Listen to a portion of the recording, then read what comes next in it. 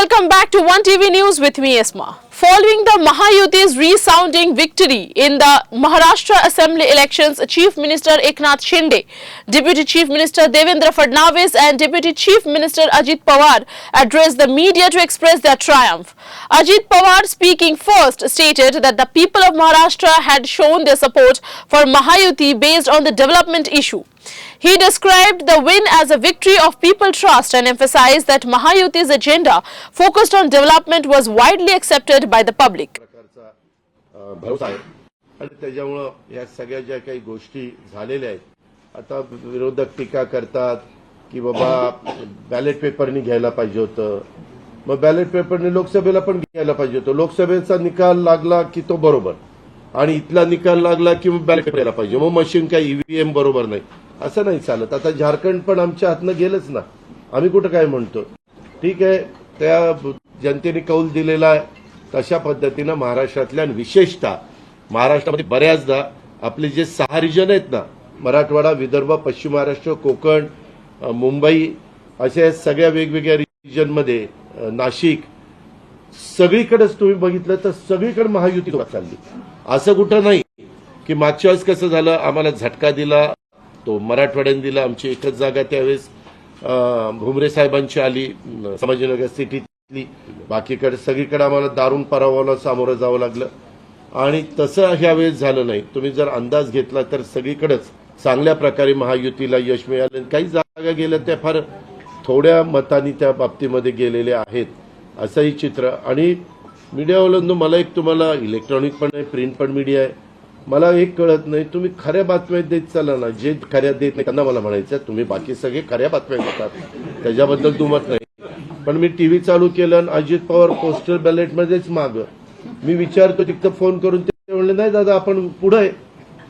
आता माझं लीड 1,02,000 मताधिक्य मी मिळवलंय आणि खुशाल तुम्ही दाखवताय अजित पवार मागं, अजित पवार मागं. मग काही जण म्हणलं का रे असे दाखवतायत, टीआरपी त्याच्याशिवाय वाढत नाही. अरे तुमच्या टीआरपीला आम्हाला का मातीत घालताय, आमची का बदनामी करताय. त्याच्यामध्ये मी नंतर पुन्हा अधिकाऱ्यांच्याकडनं माहिती घेतली की नक्की पोस्टल बॅलेट किती झाले. पोस्टल बॅलेटमध्ये पण आम्ही पुढे होतो आणि रेग्युलर मतदानामध्ये पण पुढे होतो. सांगायचं तात्पर्य की बाबा तुमच्यावर सगळ्या चॅनलवर जनतेचा एवढा विश्वास आहे, म्हणजे विश्वास नाही ते सकाळच्या 9 वाजताच्या भोंग्यावर विश्वास नाही, पण बाकीच्यांवर फार विश्वास आहे. माझं एवढंच म्हणणं आहे की खऱ्या बातम्या दिल्या तर काही वाईट होणार नाही. पण खूप चांगलं यश मिळालं. अजून पण काही काउंटिंग चालू आहे, काही ठिकाणी रिकाउंटिंग मागितलेलं, ठीक आहे, तो त्यांचा प्रत्येकाचा अधिकार आहे.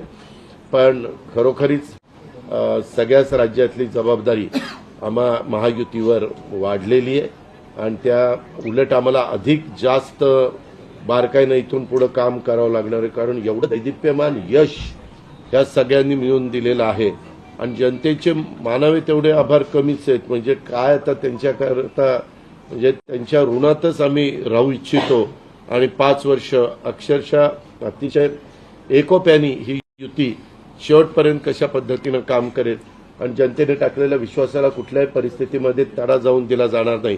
अतिशय चांगल्या पद्धतीनं राज्याच्या सर्वांगीण विकासाच्या करता जसं आम्ही विकास हा केंद्रबिंदू मानून पुढे गेलो, तशाच पद्धतीचं काम हे इथून पुढच्या काळामध्ये देखील महायुतीच्या वतीनं त्या ठिकाणी चालेल, अशा प्रकारची खात्री मी आपल्या पत्रकार मित्रांना पण देतो, आपल्या मार्फत महाराष्ट्रातल्या तमाम जनतेला देतो. पुन्हा एकदा मतदार बंधू भगिनींचं, सर्वांचं, मीडियाचं, इलेक्ट्रॉनिक सर्वांचं मी मनापासून आभार मानतो, मनापासून धन्यवाद देतो. धन्यवाद. अरे मराठी मातृभाषा अभिजात भाषेचा दर्जा आताच दिलाय ना, लगेच विसरायला लागला. नाही नाही, ते दिल्लीत हिंदी बोलतात. मी माझी भावना मगाशीच मांडली आहे की केवळ आता एवढंच सांगेन की महाराष्ट्राच्या जनतेसमोर आम्ही नतमस्तक आहोत. जनतेने ज्या प्रकारचा विजय दिलेला आहे, खऱ्या अर्थानं हा विजय एक प्रकारे आमची जबाबदारी वाढवणारा विजय आहे. देशाचे प्रधानमंत्री मोदीजींवर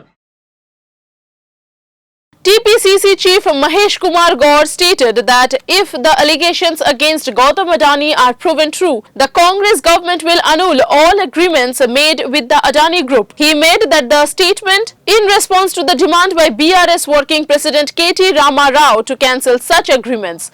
Gaur further accused Prime Minister Narendra Modi of being involved in Adani's financial crimes, adding that if Adani is arrested, Modi will have no choice but to resign. He also mentioned that Adani's arrest would uncover several crucial secrets and called for the formation of a joint parliamentary committee or JPC to investigate the corruption and fraud allegations against him. Modi 2014 అధికారం చేపట్టిన తర్వాత రాహుల్ గాంధీ గారు పలుమార్లు ప్రజలకిచ్చిన సందేశంలో ఈ దేశంలో ధనికుడికి బీదవాడికి వ్యత్యాసం పెరిగిపోతూ ఉంది. అదానీ అంబానీ లాంటి బడా బడా వ్యాపారస్తులని ప్రభుత్వం పెంచి పోషిస్తూ ఉంది. తద్వారా ప్రజల సంపద ఈ పెత్తందారుల గుప్పిట్లోకి బదలాయిస్తూ ఉన్నారు. బీదవాడికి ఈ చర్యల వల్ల అధిక భారం పడి బీదవాడు ఇంకా బీదవాడిగా మారిపోతా ఉన్నాడంట ఒక మాట చాలా సందర్భాల్లో పత్రికల వాళ్ళు చెప్పడం జరిగింది. ఇవాళ కొత్తగా ఈ వాస్తవం చెబుతూనే ప్రధానమంత్రి గారు అదానికి అంబానీకి చాలా సందర్భాల్లో వెసులుబాటు కలుగజేస్తూ ఉన్నాడు. తద్వారా వారు ఊహించని విధంగా అనుయంగా వారి సంపద పెరిగిపోతూ ఉంది అనే మాట చెప్తూ గతంలో మన దేశంలో ఉన్నటువంటి సెబీ చైర్మన్ మాధవి బుచ్ గారి యొక్క పక్షపాత వైఖరి వల్ల ఏమీ చేయలేకపోతా ఉన్నారు. దానికోసం జాయింట్ పార్లమెంటరీ కమిటీ ద్వారా దీని మీద ఎంక్వైరీ చేయించాలి, వాస్తవాలు బయటికి తీసుకురావాలి, అదానిని అరెస్ట్ చేయాలంటే మాట చాలా సందర్భాలు చెప్పారు. మోడీ ఇవన్నీ కూడా పెడిచోని పెట్టినాడు. కారణం ఏంటంటే ఒకసారి జేపీసీ కాన్స్టిట్యూట్ చేయబడి నిష్పక్షపాతంగా ఎంక్వైరీ జరిగితే మోడీ గారు ప్రధానమంత్రిగా పదవి బాధ్యతలను తప్పుకోవాల్సిన పరిస్థితి వస్తుంది. దీంట్లో బాహటంగా మోడీ యొక్క పాత్ర వల్లే అదానీ ఈ దురాఘాతకాలకు పాడిపోతున్నారని వాస్తవం. నిన్న సెబీకి సమానమైన సంపత్తి కలిగినటువంటి సంస్థలాగానే అమెరికాలో సెక్యూరిటీ ఎక్స్చేంజ్ కమిషన్ బాహటంగా అదానీ యొక్క కుంభకాన్ని బయటపెట్టడం జరిగింది. అందులోనూ మన దేశంలో 4 రాష్ట్రాల్లో ఆంధ్రప్రదేశ్, తమిళనాడు తదితర రాష్ట్రాల్లో దాదాపు 2000 కోట్ల ముడుపులు ప్రభుత్వంలో ఉన్నటువంటి పెద్దలకి అధికారులకి ముట్ట చెప్పినారు. తద్వారా 16,000 కోట్లకు పైగా లబ్ధి పొందినారన్నట్టు మాట ఇవాళ సెక్యూరిటీ ఎక్స్చేంజ్ కమిషన్ చెప్తా ఉంది. చాలాసార్లు రాహుల్ గాంధీ గారు ఎన్ని మార్లు గొగ్గోలు పెట్టుకున్నా మాధవి బుచ్ కానీ ప్రధానమంత్రి కానీ ఎక్కడ స్పందించలేదు. అదానీ యొక్క ఆగడాలు అన్ని రంగాల్లో స్టాక్ మార్కెట్ని మ్యానిపులేట్ చేసినటువంటి పరిస్థితి గతంలో చూసాం. ఫండ్స్ని ఏ రకంగా అంటే స్టాక్ ఎక్స్చేంజ్లో వారి ఓవర్ ప్రైజింగ్ చేసుకొని వారి షేర్ మార్కెట్ని పెంచుకొని దాని ఆధారంగా రుణాలు పొంది ఏ విధంగా కోల్ని ఓవర్ ప్రైజ్ చేసినారు, ఏ విధంగా షేర్స్ని ఓవర్ ప్రైజ్ చేసుకొని చూపించినారు, తద్వారా అవసరానికి మించి అర్హత లేకుండా రుణాలు పొందినారో గతంలో కూడా రాహుల్ గాంధీ గారు చెప్పడం జరిగింది. ఇండోనేషియా నుంచి కోలు రూపాయి కొంటే ఇండియాకి చేరేసరికి ₹2 అయ్యి తద్వారా అది సామాన్యుడు భారం పడ్డది. కోల్ ఓవర్ ప్రైసింగ్ చేసుకు వీరు ప్రొడ్యూస్ చేసే కోల్ ద్వారా ప్రొడ్యూస్ చేసే ఎలక్ట్రిసిటీ ప్రజలకు ఇస్తే రెంటిపు రేటుతో కొనాల్సిన పరిస్థితి. అది గుజరాత్లోనే ఎఫెక్ట్ అయినటువంటి సందర్భం. అదానీ గ్రూపు ఈ ఆగడాల వల్ల డిస్కమ్స్ కొనుక్కోవడానికి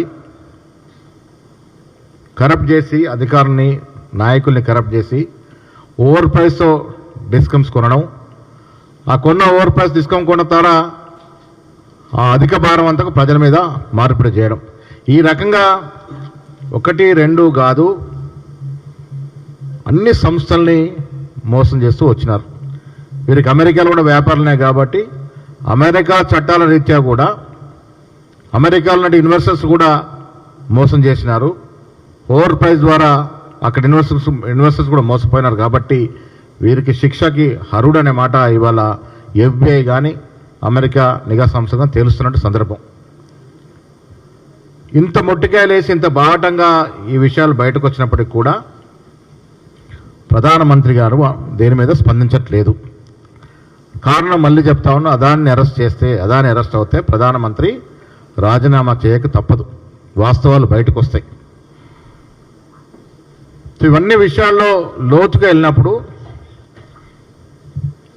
2014కి అదాని సంపద ఎంత, వారి ఆస్తులు ఎంత, ఈ 10 ఏళ్లలో ఎన్ని రేట్లు వారు పెరిగినారు ఒక్కసారి బేరు చేసుకుంటే, లోతుగా ఆలోచిస్తే ఇది ప్రపంచంలోనే సాధ్యపడిన విషయం. కేవలం 10 ఏళ్లలో వారు ఆర్థికంగా పెరిగిన రీతి చూస్తే ఇది ఆశ్చర్యకరం. కేవలం అధికార యంత్రాంగం, కేంద్ర ప్రభుత్వం వారికి బాసటగా ఉండడం వల్లే ఇన్నంతలుగా అక్రమంగా పెరిగారనేది వాస్తవం. రాహుల్ గాంధీ గారు చెప్పడం, చట్టరీత్యా ఎవరనే దేశంలో వ్యాపారం చేసుకోవచ్చు, బట్ చట్టాలని BRS Working President KT Ramarao or KTR has announced plans to approach the Supreme Court if the Speaker fails to take timely action on the disqualification petitions concerning defecting MLAs. KTR's statement comes in response to a recent decision by the High Court Division Bench which addressed petitions related to the disqualification of certain MLAs. In his remarks, KTR pointed out that while some argue the court cannot compel the Speaker to act, he referred to the High Court Chief Justice's call for a prompt decision on these matters. KTR emphasized that the Supreme Court's ruling in the Manipur case clarified that the decision-making regional period for such cases is limited to 3 months. The petitions filed by BRS MLAs Padi Kaushik Reddy and KP Vivekananda Gaud along with BJP leader Yeledi Maheshwar Reddy seek the disqualification of BRS affiliated MLAs Kadiyam Srihari, Danam Nagendar and Tellam Venkat Rao. The outcome of these petitions could significantly affect the political dynamics in the region.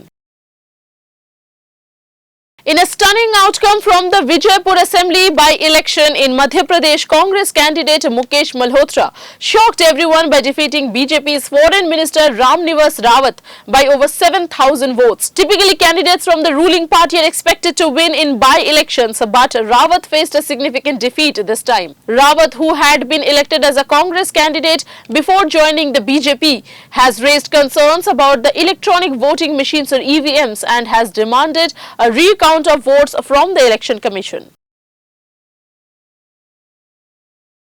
Reacting to the recent election results in Maharashtra, Deputy Chief Minister Devendra Fadnavis stated that there is no dispute over the position of Chief Minister within the Mahayuti alliance.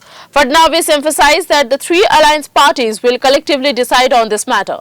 He further asserted that the Shinde faction represents the real Shiv Sena and the Ajit Pawar faction is the legitimate NCP. His comments aim to address any concerns regarding the unity and leadership of the alliance, reinforcing its cohesion following the electoral success.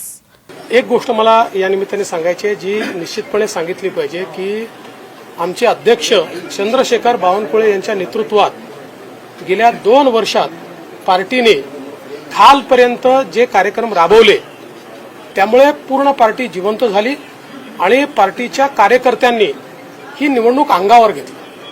आणि म्हणून मी बावनकुळेजी आणि आमच्या पार्टीच्या कार्यकर्त्यांचे मनापासून आभार मानतो. हे स्पष्ट केलंय की संपूर्ण महाराष्ट्र हा नरेंद्र मोदीजींच्या पाठीशी आहे आणि मोदीजींनी जो नारा दिला होता, एक है तो सेफ है, महाराष्ट्रातल्या सर्व समाजातल्या लोकांनी एकत्रित येऊन हा नारा यशस्वी केलेला आहे. सगळ्यांनी एकत्रित मतदान केलेलं आहे आणि विशेष आभार आमच्या लाडक्या बहिणींचे देखील आहेत की ज्यांनी आम्हाला खूप आशीर्वाद दिलेला आहे. यासोबत खऱ्या अर्थानं जो फेक नरेटिव्ह तयार करण्यात आला होता त्या फेक नरेटिव्हच्या विरोधात लढणाऱ्या ज्या वेगवेगळ्या संघटना आहेत राष्ट्रीय विचारांच्या त्या संघटनांचा विजय आहे आणि विशेषतः जे मतांचं ध्रुवीकरण करण्याचा प्रयत्न या महाराष्ट्रामध्ये महाविकास आघाडीने केला होता त्याच्या विरोधात लोकांमध्ये जनजागृती करणारे आमचे विविध पंथांचे जे संत आहेत त्यांचा देखील हा विजय आहे की ज्यांनी महाराष्ट्राला एक ठेवलाय अशा सगळ्यांचा हा खऱ्या अर्थानं विजय आहे. गावामध्ये पाड्यामध्ये तांड्यामध्ये वाडीमध्ये वस्त्यांमध्ये सगळीकडे जाऊन ज्यांनी हा अलख जगवला त्यांचा विजय आहे. आणि खऱ्या अर्थानं महाराष्ट्रातले आमचे महायुतीचे जे लाखो कार्यकर्ते आहेत या कार्यकर्त्यांचा विजय आहे. माननीय मुख्यमंत्री एकनाथराव शिंदेजी, मी, अजितदादा, आमचे रामदास आठवलेजी, आमचे सगळे मित्रपक्ष, आमच्या एकजुटीचा हा विजय आहे. त्याच्यामुळे मला असं वाटतं की प्रचंड मोठा अशा प्रकारचा विजय आज मिळालेला आहे. या निमित्ताने मी निश्चितपणे आमच्या देशाचे गृहमंत्री अमितभाई शहा यांचे देखील मनापासून आभार मानतो की ज्यांनी या ठिकाणी महाराष्ट्रामध्ये येऊन आमच्या कार्यकर्त्यांमध्ये ऊर्जा भरली. आमचे राष्ट्रीय अध्यक्ष नड्डाजी असतील, आमचे राजनाथ सिंगजी असतील, नितीन गडकरीजी असतील, सगळ्या राष्ट्रीय नेतृत्वाने आम्हाला या ठिकाणी अतिशय चांगल्या प्रकारे मार्गदर्शन केलं. आमचे प्रभारी असतील या ठिकाणी आमच्या महाराष्ट्रामध्ये पियुषजी असतील, भूपेंद्रजी असतील, आमचे सगळे जेवढे या ठिकाणी आम्हाला मार्गदर्शन करत होते त्या सगळ्यांनी मला असं वाटतं की या विजयामध्ये हातभार लावलेला आहे. आणि निश्चितच महाराष्ट्राच्या जनतेपुढे आम्ही नतमस्तक आहोत. याच्यापेक्षा जास्त आज या ठिकाणी काही बोलताच येत नाही. अक्षरशः साष्टांग दंडवत महाराष्ट्राच्या जनतेला, ज्या महाराष्ट्राच्या जनतेने हे प्रेम दिलेलं आहे. आणि मला असं वाटतं की जो काही एक विषारी प्रचार सातत्याने झाला त्या प्रचाराला महाराष्ट्राच्या जनतेने आपल्या कृतीतून उत्तर दिलेलं आहे. आणि म्हणून अशा जनतेचा मी आभार मानतो, ज्यांनी ही एकी दाखवली आहे त्यांचा मी आभार मानतो. आणि मी सांगितलं होतं की आम्ही आधुनिक अभिमन्यू आहोत, आम्ही चक्रव्यूह तोडून दाखवू.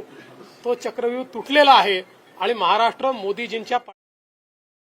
Congress candidate Priyanka Gandhi has secured a massive victory in the Wayanad Lok Sabha by-election. Her husband Robert Vadra was seen jubilantly celebrating the win and credited Priyanka's relentless hard work for the success. Vadra emphasized that Priyanka should be in parliament to raise people's issues and address their concerns. Expressing gratitude to the people of Wayanad, he praises Priyanka for always standing by them during crises and emergencies. Vadra also stated that Priyanka's presence in parliament would allow her to challenge opposition leaders and amplify the voice of the people by questioning the BJP's hidden agendas. सांसद के रूप में वो जो भी opposition leader होगी उनको वो आंख से आंख मिलाकर सवाल पूछ लेंगी. जो जनता की सवाल हैं उनके जवाब जो बीजेपी छुपाती है प्रियंका उठाएंगी और जनता की आवाज़ को बुलंद करेंगी. उनके जो समस्या है उसका समाधान जरूर. In a significant political development, Mufti Ismail of the All India Majlis Ittihad Muslimin or MIM has emerged victorious in the Malegaon Central Assembly by-election, defeating his political opponents. This victory marks a major achievement for MIM and highlights the party's increasing influence in Maharashtra's political landscape. Malegaon, a Muslim majority constituency, has chosen Mufti Ismail as a capable leader who can address the community's concerns. Expressing his gratitude to the people of Malegaon, Mufti Ismail stated, "The victory is a victory of the people and I will work sincerely for the development of the area and the resolution of their problems." In a resounding victory in the recent Karnataka by-elections for 3 assembly seats, Shagaon, Sindur and Chinnapatna, Congress has emerged victorious in all 3, leaving BJP and Janata Dal Secular or JDS to grapple with a stunning defeat. While Congress was expected to win these seats, the victory margins were so overwhelming that both BJP and JDS were forced to reassess their strategies. BJP had fielded candidates for Shagaon and Sindur, while JDS contested the Chinnapatna seat.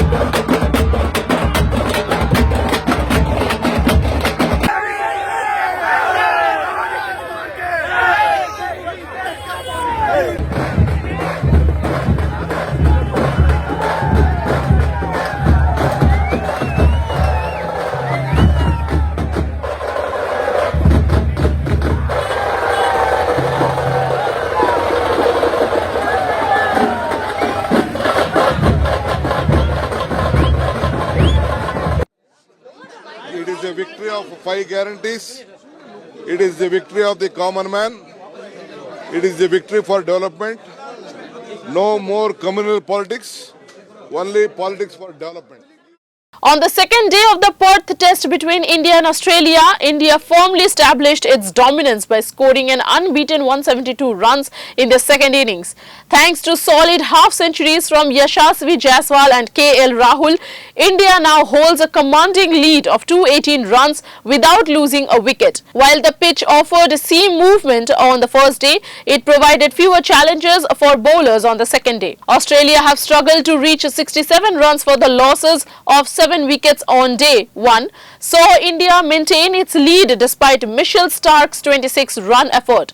Jasprit Bumrah's 5-wicket haul and Harshit Rana's 3 wickets were key in giving India a 46-run advantage in their first innings. That's all for today. Stay connected for more updates. Thank you.